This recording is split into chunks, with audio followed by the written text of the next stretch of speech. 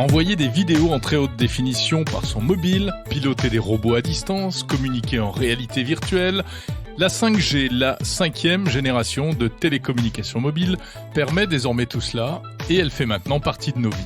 Pour ceux qui ont un forfait 5G, le petit symbole en haut à droite sur l'écran du téléphone est presque devenu banal.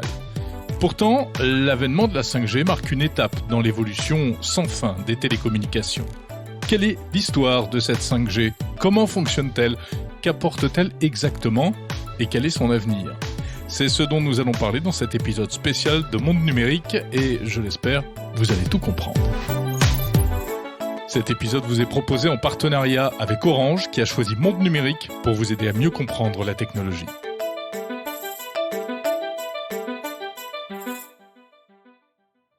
« 18 novembre 2020. L'ARCEP, l'autorité administrative de régulation des télécoms, donne le coup d'envoi de la 5G en France. Elle autorise officiellement les 4 opérateurs à activer leurs premières antennes 5G. Dans les faits, il faudra quand même attendre quelques jours de plus pour que ça démarre. D'abord à Nice, à Lyon, Montpellier, Reims, Marseille, Le Mans, etc. Mais n'empêche, c'est parti. Petit à petit, la 5G s'immisce dans tous les départements français. Alors dans certains pays comme la Corée du Sud, par exemple, la Chine ou les États-Unis, la 5G est déjà une réalité depuis quelques années. La 5G n'est pas une invention à proprement parler, puisqu'il s'agit de l'évolution d'un standard, le standard des communications mobiles. Une histoire qui a commencé en réalité il y a 30 ans. Pour nous raconter cette histoire, j'ai invité Arnaud Vamparis, directeur des réseaux mobiles chez l'opérateur Orange. Pour remonter dans les années 90, on a défini le GSM, qui était le premier standard mondial, et en fait c'était de la 2G. On a démarré directement en 2G parce qu'il y avait déjà quelques réseaux qui existaient, qui étaient plutôt analogiques, qui n'étaient pas encore numériques. Donc on a un long historique là-dessus. En général, on a une nouvelle génération toutes les décennies. Donc on a connu l'UMTS, 3G pour les clients. On a connu le LTE, Long Term Evolution, 4G pour les clients. Et maintenant directement la 5G, qui est aussi la 5G pour les clients. 5G, 4G, GSM, UMTS, LTE. L'histoire des télécommunications est une longue histoire de sigles et d'acronymes, derrière lesquels se cachent des innovations technologiques, de la recherche scientifique et même des négociations internationales. C'est un long processus de co-création entre les différents opérateurs, les industriels, au sein d'un organisme de standardisation qui s'appelle le 3GPP, qui est un peu le lieu au niveau mondial où les différentes plaques géographiques, Amérique, Asie, Europe, se rencontrent pour définir un seul standard et qu'on retrouve dans notre poche, dans les smartphones et également dans la partie moins visible, encore qu'on voit quelques antennes ici ou là, sur des toits terrasses ou des grands pylônes, et c'est ça qui fait le réseau mobile, la partie visible du réseau mobile. Et c'est ça qui est amusant avec la 5G, comme avec toutes les technologies de communication. En fait, c'est qu'elle est partout, mais on ne la voit pas. Elle est pervasive et quasiment invisible. Alors, un seul standard technique pour tous les pays, c'est une première historique, mais ça n'a pas été simple et ça a même failli dérailler si on en croit Arnaud Vamparis. On a failli avoir une variante en Corée et aux États-Unis. Aux États-Unis parce qu'ils n'avaient pas une bande de fréquence dans 2, 3, 4 GHz, c'était pas disponible. Et donc ils ont commencé à utiliser des bandes centimétriques, millimétriques, de 28 GHz en l'occurrence. Et donc là, ça a fait dériver un peu le standard au démarrage pour être compatible avec cette nouvelle bande de fréquence qui permet à un endroit d'avoir beaucoup de débit, mais qui ne couvre pas du tout et qui a des difficultés pour passer les murs, les fenêtres, donc pour couvrir l'intérieur des bâtiments. En Europe, par contre, on a eu tout de suite notre bande de fréquence qui est entre le 3,4 et 3,8 GHz, qu'on retrouve d'ailleurs chez soi, puisque le Wi-Fi utilise aussi ces gammes de fréquences. Ah, les fréquences radio, c'est vraiment la clé de la 5G. Les fréquences, ce sont des routes, en quelque sorte, sur lesquelles passent les communications. Et ce sont des ressources rares et limitées. Chaque pays les répartit, les distribue comme il veut, entre la radio, la télé, les communications militaires, etc. La 5G s'appuie donc sur 3 plages de fréquences, de précieuses fréquences chèrement acquises aux enchères par les opérateurs. Et sachant que les lois de la physique sont ce qu'elles sont, eh bien, Chaque type de fréquence a ses avantages et ses inconvénients. En fait, ce n'est pas parce qu'une fréquence est plus élevée qu'on fait passer plus d'informations. C'est plus subtil que ça. Depuis la 4G, on avait principalement 2 bandes de fréquences, des bandes de fréquences basses, principalement le 800 et 900 MHz, qui ont une bonne propagation, qui permettent d'avoir une bonne couverture dans les bâtiments, et également pour des zones peu peuplées. Et notre bande de fréquence qui est utilisée, qui était plutôt le 1800, le 2100, 2600 MHz. Donc là, on commence à monter en bande de fréquence. Ça permet d'avoir des bandes de fréquence plus larges progressivement et donc d'avoir plus d'utilisateurs au même endroit. Depuis la 4G, on a également le meilleur des deux mondes, c'est-à-dire quand on associe une bande basse avec une bande intermédiaire, on a à la fois la couverture de la bande basse et le nombre d'utilisateurs de la bande intermédiaire. Assez compliqué, ces histoires de fréquences. Si on comprend bien, c'est un peu comme des ingrédients qu'on mélange pour faire des plats. Vous prenez un peu de 800 MHz, un peu de 3,5, vous mélangez et vous obtenez de la bonne 5G.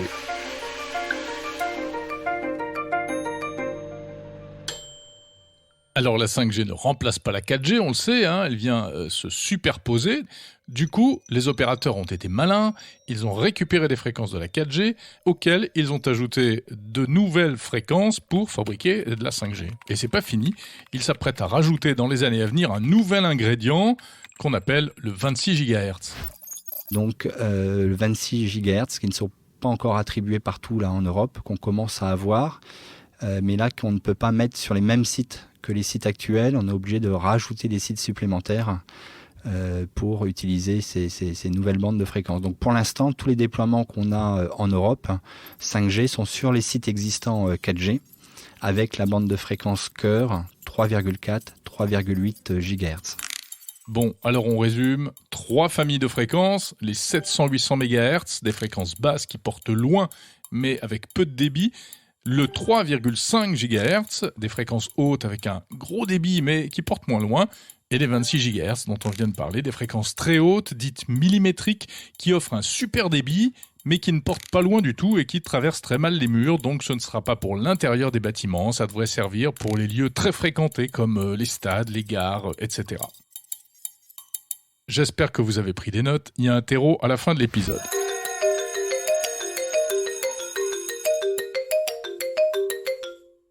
La 5G a donc été mise en œuvre parce qu'on savait que la 4G allait arriver à saturation. Et oui, nous sommes de plus en plus nombreux à utiliser les réseaux mobiles pour faire de plus en plus de choses, donc forcément, au bout d'un moment, ça bouchonne. Cette évolution était inéluctable et programmée de longue date. Mais la 5G, ce sont aussi des innovations techniques peu visibles mais importantes, comme par exemple des antennes plus intelligentes, capables de s'adapter à la demande en temps réel. C'est une technologie qu'on appelle dans notre jargon Massive MIMO, c'est-à-dire de plein de petites antennes qui forment une antenne, qui permettent d'être plus directives, donc à l'endroit où c'est utilisé, et qui permettent de gérer plus de clients, d'utilisateurs au même endroit, mais également de baisser la consommation énergétique quand on compare la 4G à la 5G. Les watts nécessaires pour transporter un gigaoctet baissent dans la 5G par rapport à la 4G. Alors ça c'est important, la consommation énergétique de la 5G, elle est meilleure que celle de la 4G, on en reparlera tout à l'heure. En attendant, revenons sur le déploiement de la 5G qui se fait donc progressivement. On l'a dit, on réutilise des antennes existantes, celles-ci sont modernisées et puis on installe aussi de nouvelles antennes. Mais il se passe des choses également en amont, dans ce qu'on appelle le cœur de réseau, le réseau télécom lui-même. Avant, c'était des centraux téléphoniques. Aujourd'hui, ce sont des serveurs informatiques. Et eux aussi vont être prochainement modernisés pour donner naissance à une nouvelle 5G, la vraie 5G, presque pourrait-on dire. Elle devrait voir le jour en 2023. C'est la 5G SA Standalone. Donc on va, cette fois-ci, modifier également le cœur de réseau. On va utiliser des technologies logicielles, plus des technologies cloud. Ça permet de mettre finalement les fonctions du réseau sur des serveurs et de le faire de façon beaucoup plus flexible pour nous permettre de gérer des qualités de service et des niveaux de sécurité différents. On améliore le cryptage des données, également tous les algorithmes de sécurité sont améliorés en 5G SA. On a des bases de données avec des nouvelles technologies de cryptage, de cryptologie. Et ça, c'est bien parce que voilà, les attaques sur le réseau continuent, augmentent. Et donc, pareil, on va avoir un niveau de sécurité qui va être plus fort en 5GSA et un panel plus important pour nous pour résister aux différentes attaques et être sûr que voilà, le réseau reste bien stable. Un réseau stable, protégé, et donc, si j'ai bien compris, un réseau complètement transformé avec du 26 GHz d'une part, du standalone d'autre part. On comprend donc que la 5G est une avancée technologique majeure, surtout pour les opérateurs. Mais pour les utilisateurs, qu'est-ce que ça va changer ? Ça va principalement déjà changer pour les entreprises. Ça va leur permettre justement d'avoir des niveaux de qualité, des niveaux de sécurité adaptés à leur processus métier. Par exemple, je l'ai cité pour un véhicule, pour un train, pour un smartphone, pour un technicien qui utilise une tablette pour travailler, etc. On va pouvoir mettre une qualité différente. Et donc là, ça va se percevoir parce que ça va lui permettre d'avoir un confort d'usage, une connectivité qui est adaptée à ce qu'il fait. Progressivement également, ça va être disponible pour le grand public avec des niveaux de qualité sur ces applicatifs différents. Quand on utilise son smartphone dans sa voiture, ça va être différent quand on l'utilise en dehors de sa voiture, etc., etc. Nous, ça nous permet surtout d'adapter le réseau. On a quand même des types d'objets maintenant qu'on connecte à nos réseaux très différents. Et donc, ça nous permet d'être sûr de réserver la bonne qualité au bon type d'objet. Ah oui, alors ça, en gros, pareil, si on comprend bien, ça va permettre de découper la 5G en tranches, en fait, pour réserver certaines parts du gâteau à certaines utilisations. Par exemple, des objets connectés critiques, des services d'urgence, etc. Et ça, on ne pouvait pas le faire avant. Bon, la promesse initiale, c'était plus de débit, moins de latence. Plus de débit, ça veut dire on va plus vite sur Internet, et puis aussi il y a plus de gens qui peuvent se connecter simultanément, et moins de latence, eh bien ce sont des temps de réponse accélérés. Au final, un système 10 à 100 fois plus rapide que l'actuel 4G. Mais bon, ça c'est des chiffres, il y a un peu de marketing. En termes d'applications concrètes pour les clients, qu'est-ce que ça va permettre ? Arnaud Vamparis.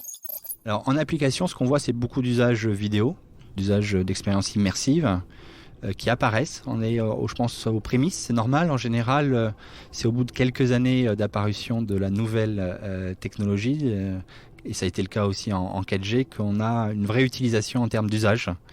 Donc là, on peut prévoir que dans les 2-3 ans qui viennent, on va avoir de nouveaux applicatifs qui sont vraiment adaptés à la 5G SA, qui vont apparaître dans le domaine des entreprises, mais également du grand public. On parle beaucoup de métaverse, qui en est assez balbutiement, mais cette capacité à interagir à distance, en ayant l'impression d'être côte à côte, je pense que ça vraiment ça va apparaître sous différentes formes, peut-être pas que les smartphones, plutôt sous des formes de lunettes, de casques, permettant d'avoir cette sensation-là et d'interagir à distance par rapport à interagir juste à côté de l'un de l'autre. Au début de la 5G, on a beaucoup parlé d'opérations chirurgicales à distance, par exemple. Et il y a aussi tout ce qui touche aux objets connectés et aux robots. La 5G permet de piloter des robots pour nettoyer des pipelines ou encore pour ramasser des détritus dans les ports, chose qu'on ne pouvait pas faire en 4G parce que c'était pas assez réactif. Mais ce n'est pas tout. D'autres applications seraient également en train de se développer. La 5G en fait se déploie par secteur d'activité, donc on prépare l'arrivée de la 5G dans ses évolutions sur plusieurs secteurs. Sur le secteur ferroviaire, pour la sécurité des trains, c'est un système assez spécifique qui aujourd'hui fonctionne en 2G et qui va migrer en 5G directement.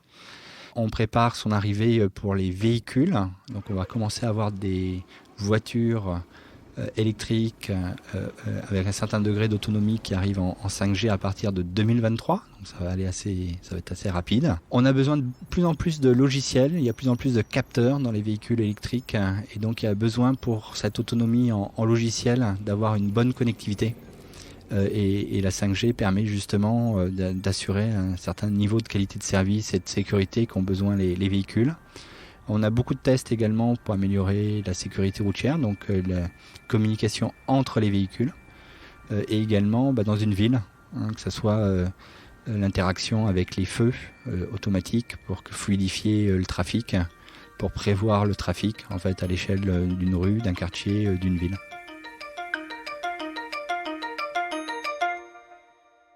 Il faut revenir un peu sur ce qui s'est passé en 2020 au moment du lancement de la 5G. L'arrivée de cette technologie a été marquée par une importante levée de boucliers de la part d'associations et même de certains responsables politiques. Alors, pour des motifs variés, on a parlé des risques supposés sur la santé, d'éventuels risques de surveillance des individus, du poids environnemental aussi de la 5G. Des maires écologistes ont tenté de s'opposer au déploiement de la 5G dans leur ville, on s'en souvient. Ce qui était au départ une simple amélioration technologique est devenu un véritable sujet politique et polémique. À cela se sont même ajoutées des théories complotistes, comme par exemple les antennes 5G qui tueraient les oiseaux. Bon, maintenant que l'orage est passé, avec un peu de recul, il est intéressant d'essayer de comprendre ce qui s'est passé. Visiblement, la 5G a surtout servi d'exutoire à toutes sortes de craintes, de fantasmes et d'idéologies. Comme d'autres technologies auparavant d'ailleurs, telles que le compteur Linky, le Wi-Fi en ville, ou même 10 ans plus tôt, déjà, la 4G, qui avait cristallisé le même genre de revendications. Tout cela s'est donc reproduit, parfois aussi pour des raisons politiciennes, clairement entretenues. Bref, la 5G est devenue une sorte de totem, pour certains un symbole de la société de consommation hyper connectée, et donc, pour cette raison, quelque chose qu'il fallait combattre. Mais au fond, derrière tout cela, est-ce qu'il n'y a pas une certaine peur du progrès technologique ? C'est la question que j'avais posée en février 2022 dans Monde Numérique à Sébastien Point, physicien membre de la Société française de radioprotection, spécialiste des rayonnements non ionisants et auteur d'un livre intitulé « La religion anti-ondes ». Tout ça procède d'une même peur assez typique de notre époque, de la technologie. Et on s'aperçoit d'un phénomène qui commence à devenir récurrent aujourd'hui. C'est le phénomène ce que j'appelle les technologies boucs émissaires, qui deviennent rapidement obsolètes.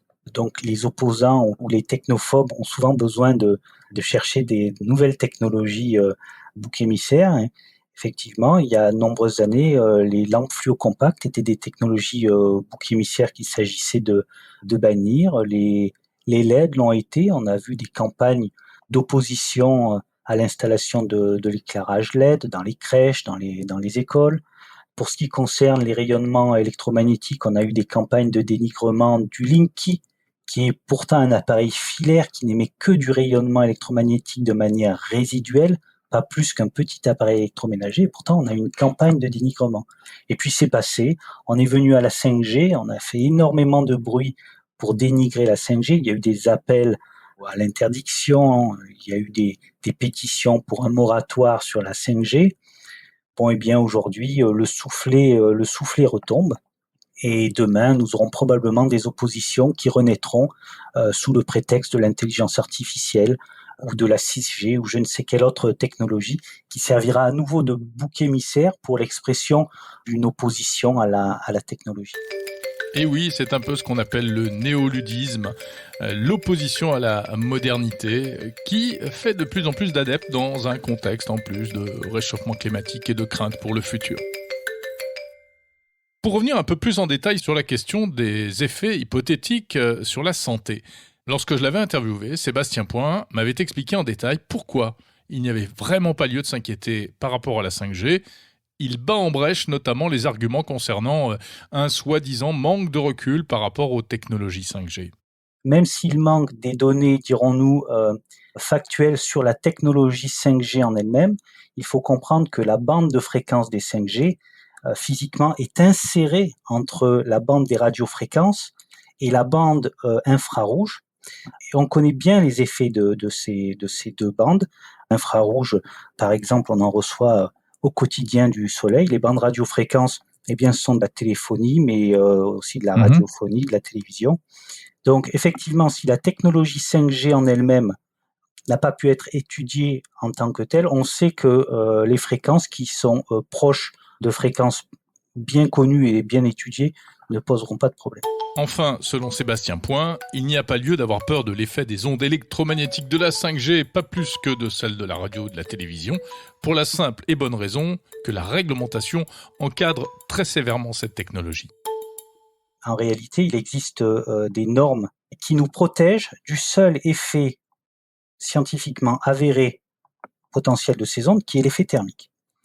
Si vous êtes exposé à des intensités extrêmement élevées, eh bien vous allez subir un échauffement des tissus. Sauf que cet échauffement des tissus arrive pour des expositions qui sont plusieurs ordres de grandeur supérieurs aux limites normatives, qui sont elles-mêmes très supérieures à l'exposition réelle que chacun d'entre nous subit au quotidien.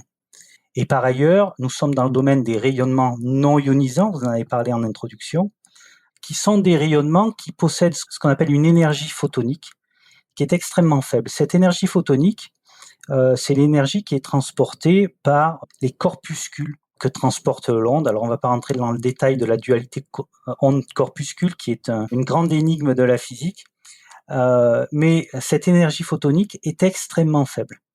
Elle est incapable de casser les liaisons ADN. La 5G s'apparente un petit peu physiquement au rayonnement infrarouge du Soleil. D'ailleurs, les mécanismes d'interaction sont tout à fait similaires. Quelle que soit la puissance de votre rayonnement 5G, sa fréquence étant fixe, disons à 3,5 GHz, l'énergie photonique est toujours la même. Elle reste toujours des milliers ou des millions de fois inférieure à l'énergie nécessaire pour altérer les tissus organiques, pour casser la matière.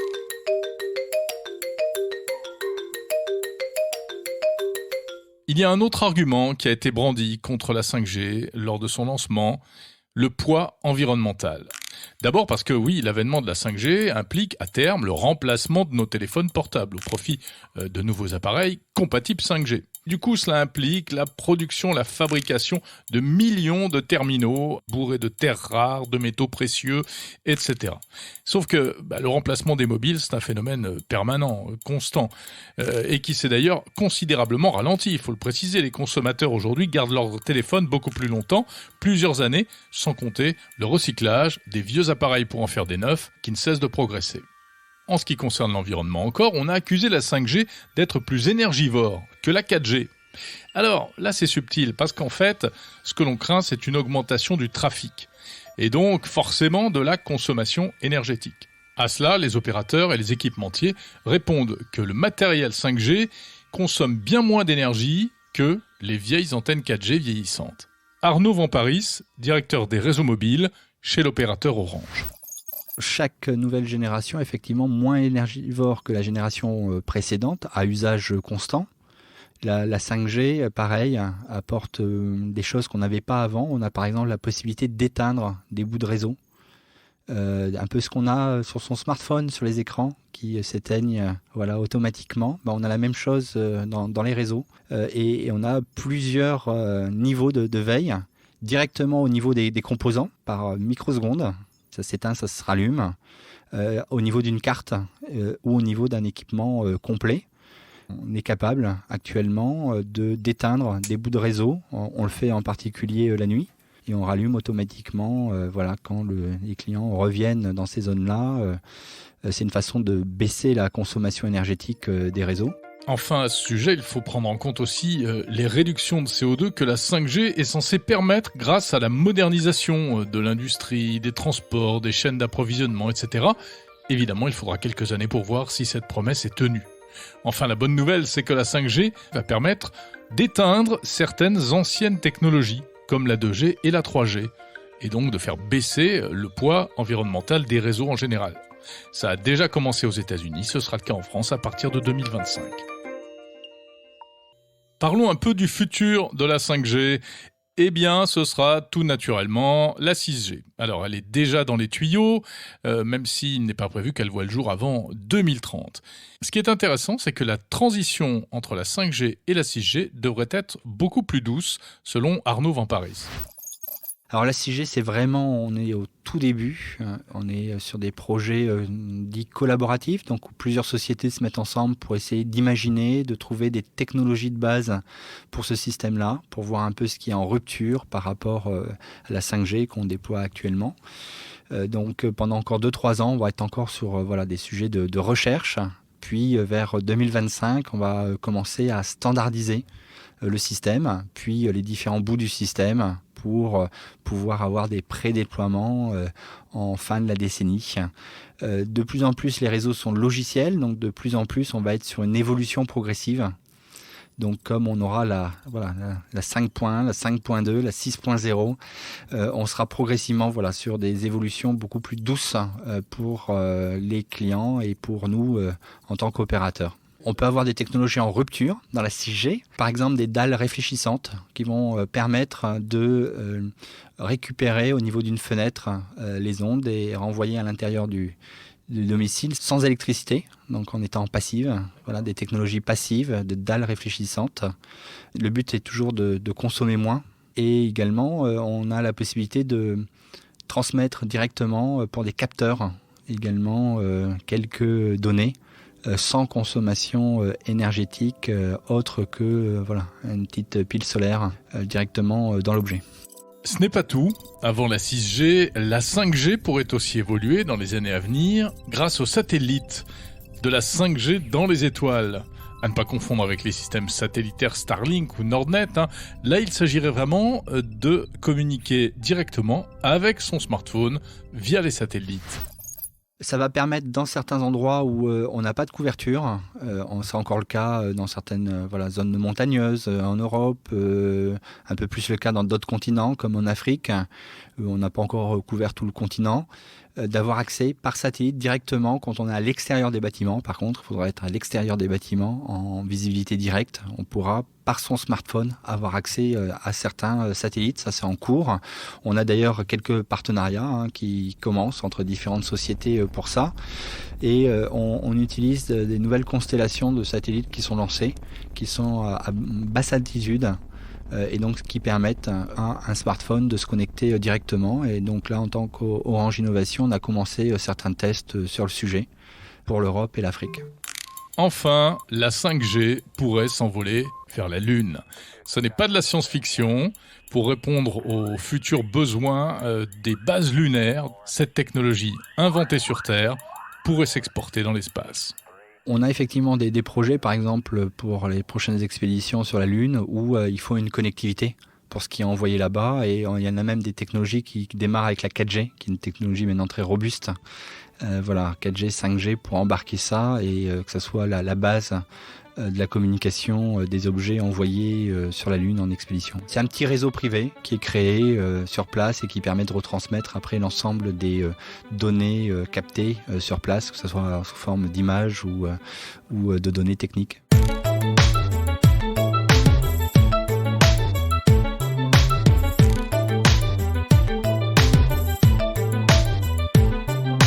Merci d'avoir écouté cet épisode de Monde Numérique. Ce numéro vous était proposé en partenariat avec Orange. Réalisation signée Thomas Langlin. Retrouvez tous les autres épisodes de cette série, vous allez tout comprendre, en vous abonnant au podcast Monde Numérique si ce n'est pas déjà fait.